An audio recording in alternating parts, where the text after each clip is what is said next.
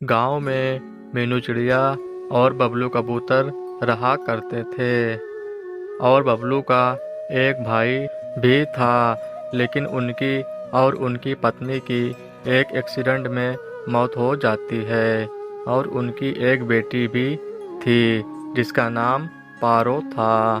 मीनू अब ये हमारे साथ रहेगी। क्या? मैं इसके साथ बिल्कुल भी नहीं रहूंगी। इसने तो पहले ही अपने माँ बाप को खा लिया है।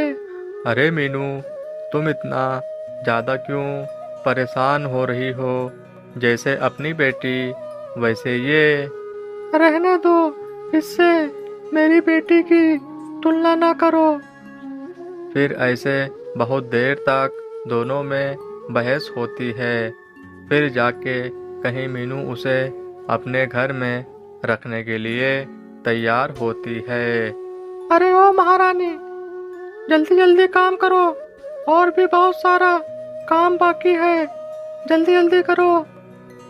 फिर वो पूरा दिन काम करती। फिर ऐसे ही टाइम बीतता गया।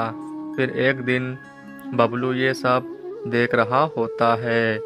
पारो को मीनू से कैसे भी करके दूर रखना होगा, नहीं तो वो इस मासूम से काम करा करा कर मार डालेगी। इतना सोचने के बाद फिर वो दुकान चला जाता है। उसकी एक मिठाई की दुकान रहती है और वो लड्डू बेचा करता था। अरे ओ पारो की बच्ची, हम जा रहे हैं घूमने के लिए। आए तो घर का सारा काम हो जाना चाहिए।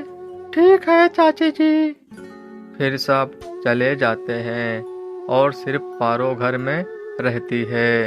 हे भगवान, मेरी माँ और बाबा के साथ मुझे भी अपने पास ही बुला लिया होता तो ठीक था। वो रोते रहती और काम किया करती। बस इसी तरह टाइम बीतता रहता है।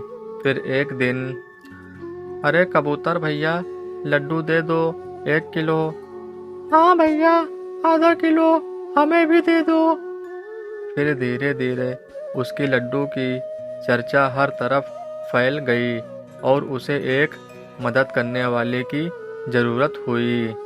फिर वो सोचता है, क्यों ना मैं पारो को ले आऊं, और इस तरह से बेचारी पारो को भी सुकून मिलेगा और मेरा हाथ भी बटेगा। फिर वो घर जाता है। मीनू, पारो कहाँ है? क्यों, क्या हुआ? क्या बात है?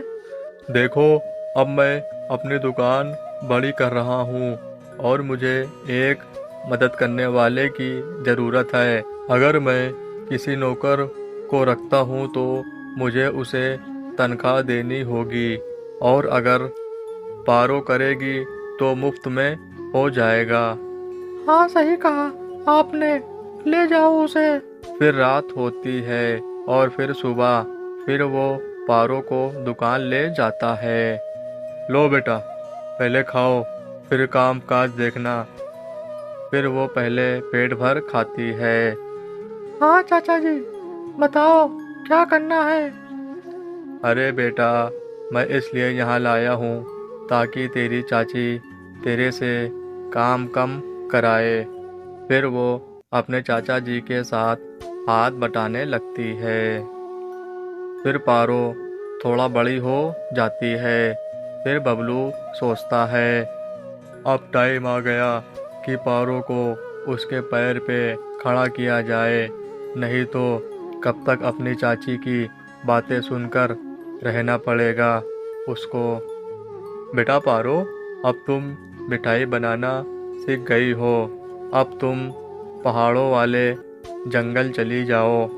वहाँ मेरे एक दूर के रिश्तेदार रहते हैं। वहाँ जाओ और अपना कारोबार स्टार्ट करो। इतना सुनने के बाद वो वहाँ से चली जाती है। अरे पारो कहाँ है? कहाँ मर गई वो? अब वो नहीं आएगी। क्यों, क्या हुआ? कहाँ चली गई? वो घर छोड़ के चली गई। हमेशा हमेशा के लिए। ये सुनकर उसे झटका बहुत कस के लगता है कि अब काम कौन करेगा, लेकिन वो कुछ नहीं बोलती। चलो अच्छा हुआ जो चली गई। फिर पारो वहाँ पहुँच जाती है। अरे आप कौन? मैं यहीं रहती हूँ, आओ आओ, तुम आ रही हो। मुझे तुम्हारे चाचा ने बताया था। हाँ माँ जी, मुझे यहाँ पर एक दुकान खोलनी है मिठाई की। हाँ बेटा, देख ले दुकान जाकर, फिर अपना कारोबार स्टार्ट करो। फिर ऐसे करते पारो दुकान खोल लेती है और फिर धीरे धीरे पूरे जंगल वालों को पता चलता है। अरे दीदी, मुझे 1 किलो लड्डू दे दो। हाँ हाँ, मुझे भी 2 किलो दे दो। अरे वाह, क्या खुशबू है, मज़ा ही आ गया। फिर इस तरह से पारो का दुकान खूब चलने लगती है। फिर एक दिन वो अपने चाचा जी को फ़ोन करती है। चाचा जी, मैंने अपना कारोबार खूब अच्छा जमा लिया है, जरा भी टेंशन की बात नहीं है। चलो अच्छा हुआ बेटा, सुनकर अच्छा लगा। फिर इस तरह से सबकी ज़िंदगी अच्छी हो जाती है। तो प्यारे दोस्तों, अगर आप लोगों को कहानी पसंद आई हो तो ज़रूर से चैनल को सब्सक्राइब करो, वीडियो को लाइक करो और ज़्यादा से ज़्यादा शेयर करो।